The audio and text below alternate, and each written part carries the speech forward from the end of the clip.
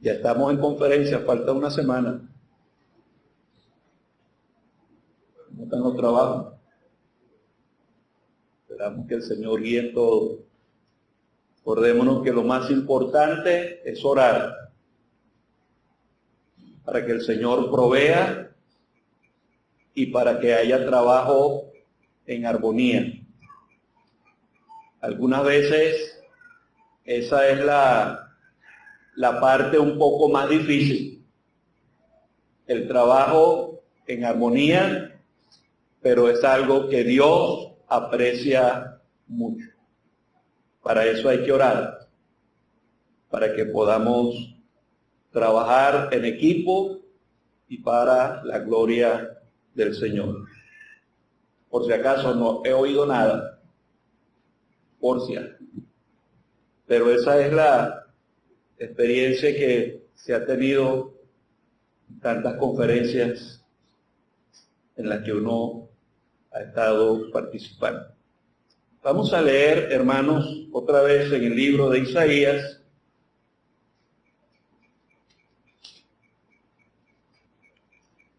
capítulo 38.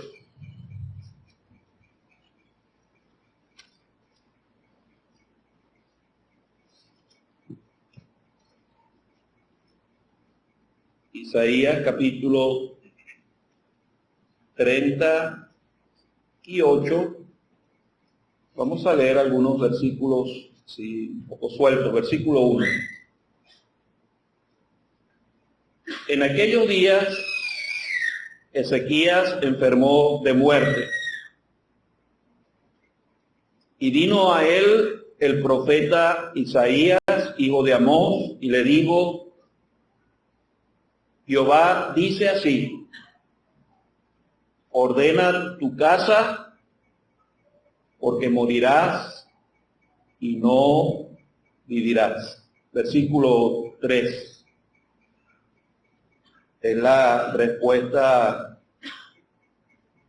de Isaías. Y dijo: oh Jehová, te ruego que te acuerdes ahora que he andado delante de ti en verdad y con íntegro corazón, y que he hecho lo que ha sido agradable delante de tus ojos. Lloró Ezequías con gran lloro. Más adelante vamos a leer en el mismo libro de Isaías, capítulo 39. En aquel tiempo Merodac, versículo 1. Merodac Baladán, hijo de Balaán, rey de Babilonia, envió cartas y presentes a Ezequías, porque supo que había estado enfermo y que había convalecido. Versículo 3, entonces el profeta Isaías vino al rey Ezequías y le dijo: ¿qué dicen estos hombres y de dónde han venido a ti? Y Ezequías respondió: de tierra muy lejana han venido a mí de Babilonia. Hasta ahí está bien, esperamos que el Señor bendiga su palabra. Amén. Estas son algunas referencias a Isaías como el profeta.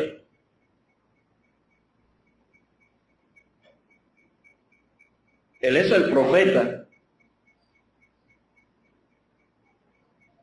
Y en el pueblo de Israel había muchos que eran celosos y no llamaban profeta a cualquier persona.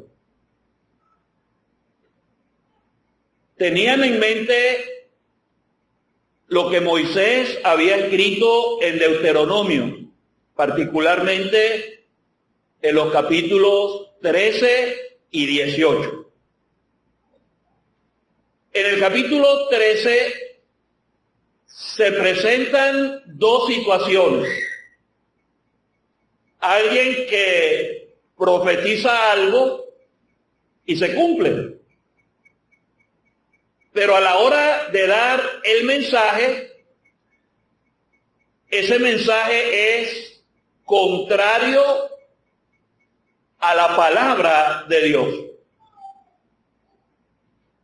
Y en el capítulo 18 se presenta la situación de alguien que dice que es profeta, pero anuncia algo y ese algo no se cumple.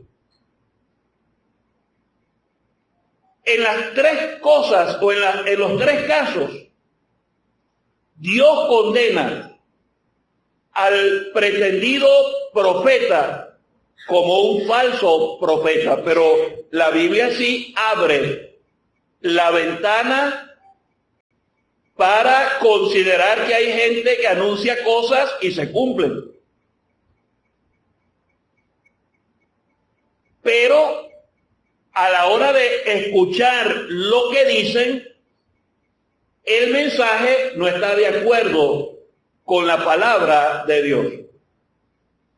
Y en ese caso no importa si lo que anunció se cumplió, porque si lo que está enseñando no está de acuerdo con la palabra de Dios, ese es un falso profeta. Y por supuesto está el caso de aquel que anuncia algo y no se cumple. Bueno, es un falso profeta. Cuando yo era niño, todavía estaba reciente la muerte del presidente Kennedy en los Estados Unidos. Y lo que se comentaba en muchas partes, en la prensa, en libros, en distintas partes, era la famosa profecía de una mujer que creo que el apellido era Dixon, porque ella había anunciado con detalles la muerte del presidente. Y mire, se cumplió al pie de la letra lo que aquella mujer había dicho. Bueno, eso hizo de ella una mujer famosa. Su nombre se oía en todo el mundo. La famosa profetisa, pero había que oírla, lo que hablaba. Había que tomar en cuenta el contenido de sus palabras, completamente ajeno a la palabra de Dios. En tiempos más recientes, cuando las Torres Gemelas allá en Nueva York se cayeron, también había un hombre latinoamericano que lo había anunciado. Y parece que cuando él lo anunció, la gente no le hizo caso, porque usted sabe lo que era que se vinieran las dos Torres Gemelas abajo, ¿no? Pero se cumplió. Y cuando se cayeron, bueno, ese hombre salía en todas las redes sociales. El profeta de América, pero había que oírlo. Considerar el contenido de sus palabras, completamente ajeno a las Escrituras, desviado del mensaje de la palabra de Dios. De tal manera que uno no tiene por qué sorprenderse si en el día de hoy alguien anuncia algo y se cumple. La palabra de Dios nos ha dado las claves para considerar si eso que él está diciendo pertenece realmente a alguien que viene de Dios, porque el diablo también vaticina, profetiza. Y no quiero desviarme, pero ustedes saben por qué el Vaticano se llama Vaticano. Ese era un centro de culto a los ídolos. Y hasta donde yo sé, Vaticano viene de vaticinar. Había gente allí dedicada al culto pagano que se dedicaba a predecir el futuro, tomando en cuenta el zodíaco y otras prácticas, y mire, algunas veces la pegaban. ¿Por qué? Porque el diablo también puede predecir cosas. ¿Cómo hace uno para reconocer quién tiene la razón? Bueno, está la palabra de Dios. Hay que escuchar lo que la gente dice, y si lo que está diciendo está fuera de las Escrituras, mire, eso es del diablo, un falso profeta. Además de eso, hoy día nadie puede decir que está recibiendo nuevas revelaciones de Dios, porque con la última página del Apocalipsis se selló. Todo lo que Dios quería revelarnos, ahí está. Si Dios hubiera querido revelarnos algo más, lo hubiera incluido en las páginas de este libro, pero cualquiera que se levanta hoy para decir, mire, tengo una nueva revelación de Dios, es un falso profeta. Y ahí en Deuteronomio capítulo 13 y capítulo 18, Dios condena fehacientemente la actividad y el servicio de estos falsos profetas. Pero cuando uno mira a Isaías, la cosa es diferente. Porque, por un lado, lo que Isaías predijo se cumplió. Y el contenido de todo el mensaje que uno tiene en este libro está en plena armonía con el resto de la revelación escrita de la palabra de Dios. Por eso es que cuando uno va leyendo Isaías, página por página, uno comienza a asociar estas ideas de este capítulo, estas ideas del otro capítulo, con cosas que están escritas en otras partes de la Biblia. ¿Por qué? Porque el mensaje de Isaías está en plena armonía con todo lo demás que Dios ha revelado. Y esa es una evidencia de que era un profeta. Y las referencias que hemos leído en el capítulo 38 y 39 nos hacen entender en Israel. Todos sabían que Isaías era un profeta y lo llaman el profeta.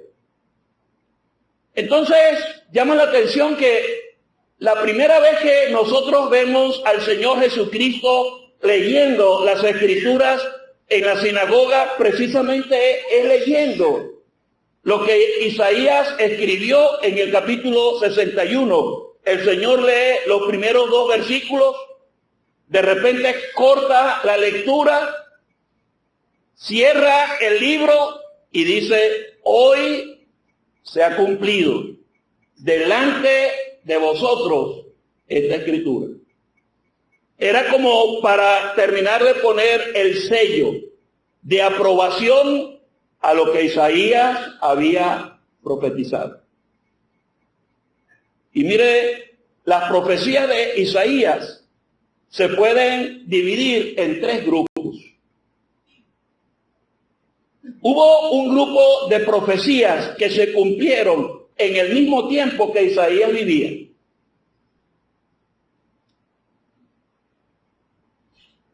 Hubo otro grupo de profecías que se cumplieron después que Isaías murió. En la medida que iban pasando los años, se iban cumpliendo. Y hay otro grupo de profecías que todavía están por cumplirse. Entonces, hay algunas cosas que son impresionantes. Por ejemplo, dentro de esas profecías que se cumplieron en el tiempo cuando Isaías vivía, una tiene que ver con Ezequías. Dios le dice por medio de Isaías a Ezequías, mira, ordena tu casa porque morirás y no vivirás. Ezequías se humilla, ora a Dios y Dios le manda a decir por medio de Isaías, bueno, vas a vivir 15 años más. Y Ezequías vivió 15 años más. A los 15 años se murió Ezequías. Todavía estaba vivo Isaías. Eso tiene que haber confirmado en la mente del pueblo de Israel. Isaías es profeta, pero hubo algo que se cumplió de manera inmediata el mismo día. Porque Isaías le dice a Ezequías, mira, aquí está la señal de que Dios va a cumplir lo que te está diciendo. Observa el reloj y te vas a dar cuenta que la sombra va a retroceder 10 grados. Y hermano, eso no era algo sencillo. Y yo creo que había muchos ojos mirando el reloj. Era un reloj de sol, pues, donde la sombra iba avanzando en la medida que el día avanzaba. Y era lógico, la sombra avanzaba, pero ese mismo día, la sombra retrocedió. Cumpliéndose exactamente lo que Isaías había dicho. Y entonces hay varias profecías que se cumplieron mientras el mismo Isaías vivía. Por ejemplo, un hombre malvado llamado Senaquerib estaba acosando en el tiempo de Ezequías. Todos pensaban que Senaquerib en cualquier momento iba a venir con su ejército a destruir a Jerusalén, porque humanamente hablando no había forma de detener lo que aquel hombre quería hacer. Pero Isaías profetizó que aquel hombre iba a morir a espada. 20 años después, todavía vivía Isaías. Senaquerib murió. Pero hay otro grupo de profecías que se cumplieron después que Isaías murió. Por ejemplo, Isaías había dicho, mire, las tribus del norte, las que fueron llamadas como Efraín, esas tribus van a desaparecer. Va a llegar el momento cuando esas tribus van a ser llevadas en cautiverio, y cuando utiliza la palabra parecida desaparecer, no es que iban a ser aniquiladas, no es que iban a dejar de existir, es que iban a dispersarse tanto que llegaría el momento cuando no se sabría realmente dónde estaban esas tribus. 65 años después, ya Isaías estaba muerto y se cumplió al pie de la letra lo que Isaías había predicho. ¿Y sabe cómo se llaman hasta el día de hoy esas 10 tribus que fueron dispersadas por el cautiverio de Asiria? Las tribus desaparecidas. Así es que creo que se llaman. Porque hasta el día de hoy hay muchos israelitas que saben que son israelitas, pero no saben a qué tribu pertenecen. Se cumplió al pie de la letra lo que Isaías había dicho. Eso está en el capítulo 7, versículo 8. Pero hay una referencia también que es como impresionante. Se iba a cumplir unos 170 años después, y en el capítulo 39 y en el capítulo 40, Isaías habla de un rey que se llamaría Ciro. Y ese rey iba a ser benevolente con el pueblo de Dios. Por supuesto, 170 años después Isaías ya había muerto. Pero uno lee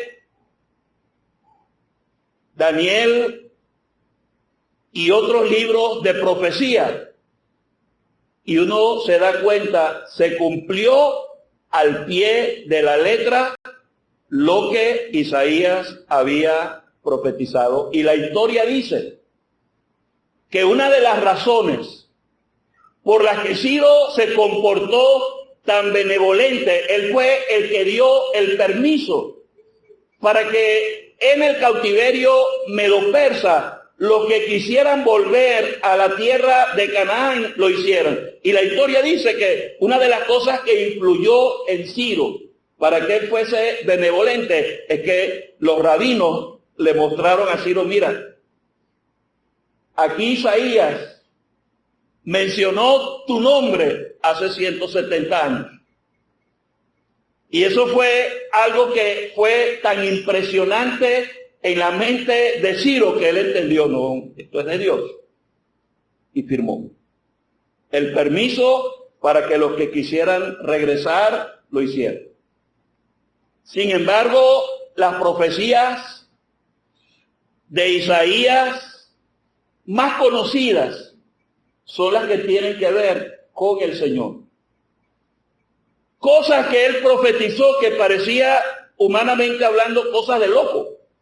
Pero en el capítulo 7 él habla, he aquí, la Virgen concebirá.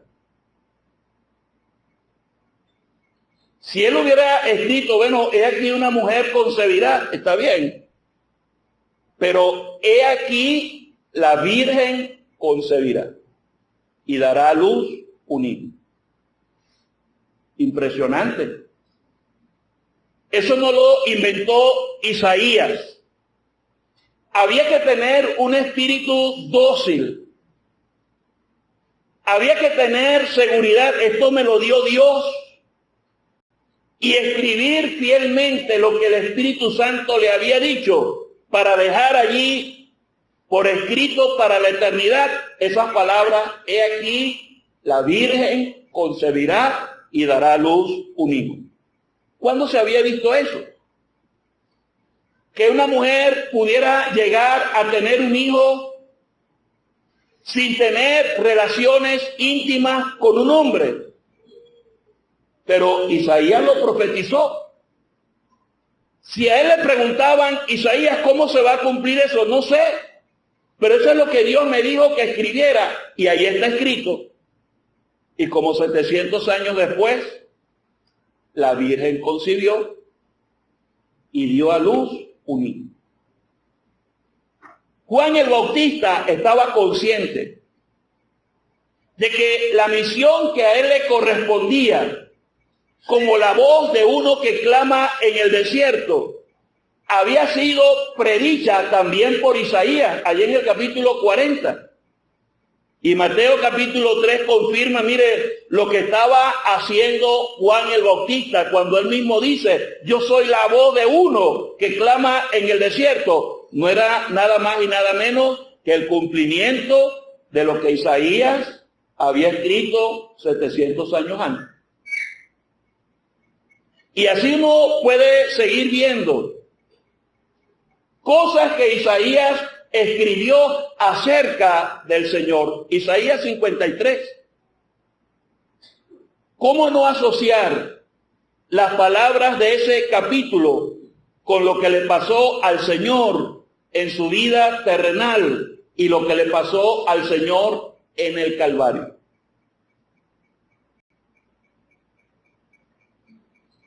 Uno de los grandes problemas que tienen los judíos el día de hoy es tratar de explicar Isaías 53. Tratar de eludir que Isaías 53 es una referencia al bendito Mesías, nuestro Señor Jesucristo. No puede. Es una profecía tan clara que es una evidencia contundente de que Cristo es el Mesías prometido en el Antiguo Testamento. Pero mire, hermanos, Isaías también anunció cosas que están por cumplirse. Y hay varios capítulos aquí en el libro de Isaías que hablan de cosas que este mundo va a vivir. Capítulo 11 nos muestra la condición en la que este mundo va a estar viviendo en el tiempo del milenio. Y solamente vamos a leer el contenido de los versículos 2 al 5 de Isaías capítulo 11. Dice, reposará sobre él, sea el Señor, el espíritu de Jehová, espíritu de sabiduría y de inteligencia, espíritu de consejo y de poder, espíritu de conocimiento y de temor de Jehová, y le hará entender diligente en el temor de Jehová. No juzgará según la vista de sus ojos, ni arguirá con lo que oigan sus oídos, sino que juzgará con justicia a los pobres y arguirá con equidad por los mansos de la tierra, y herirá la tierra con la vara de su boca, y con el espíritu de labios matará al impío.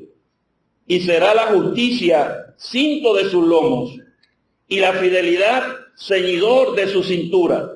Y mire esto, hermano, cómo va a ser las condiciones de vida en el milenio. Versículo 6. Morará el lobo con el cordero, y el leopardo con el cabrito se acostará. Eso es como imposible hoy de que se cumpla, pero va a pasar. El becerro y el león y la bestia doméstica andarán juntos, y un niño los pastoreará.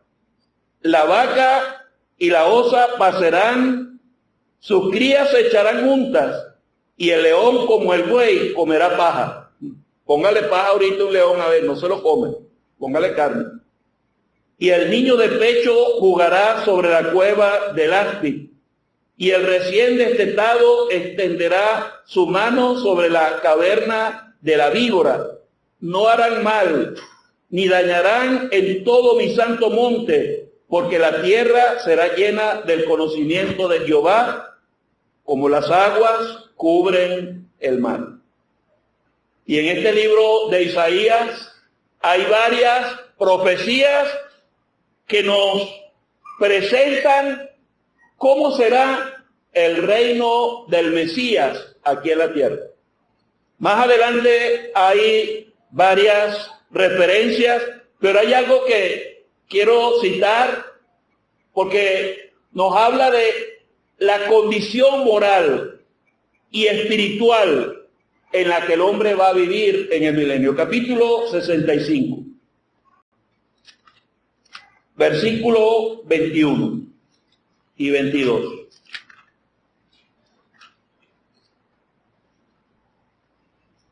Dice, edificarán casas y morarán en ellas. Plantarán viñas y comerán el fruto de ellas. No edificarán para que otro habite. O sea, habrá seguridad económica, social. Ni plantarán para que otro coma.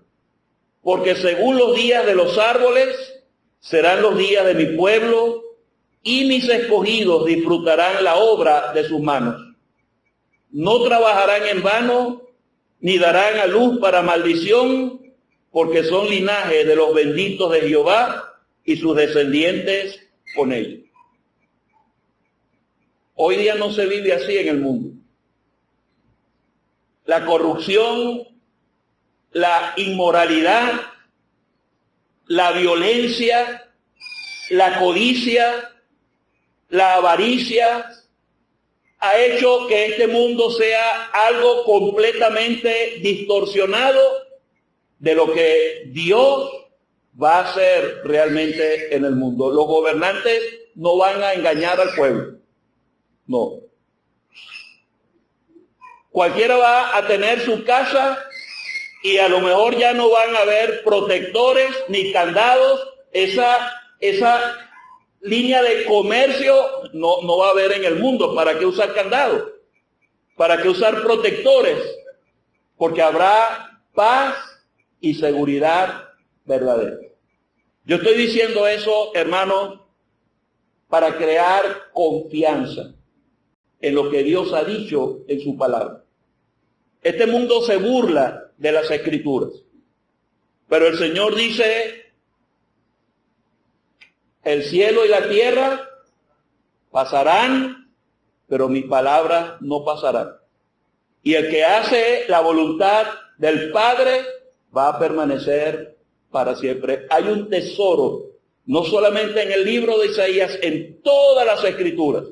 Y nosotros podemos gozarnos al considerar los planes que Dios tiene para este mundo, porque en esos planes estamos nosotros. Nos iremos al cielo y vendremos con el Señor a reinar con Él aquí en la tierra. Ahí estamos nosotros. Por la gracia de Dios, este bendito Redentor que nos compró y ha de tenernos. Él quiere tenernos siempre con Él para siempre. Que Él bendiga su palabra.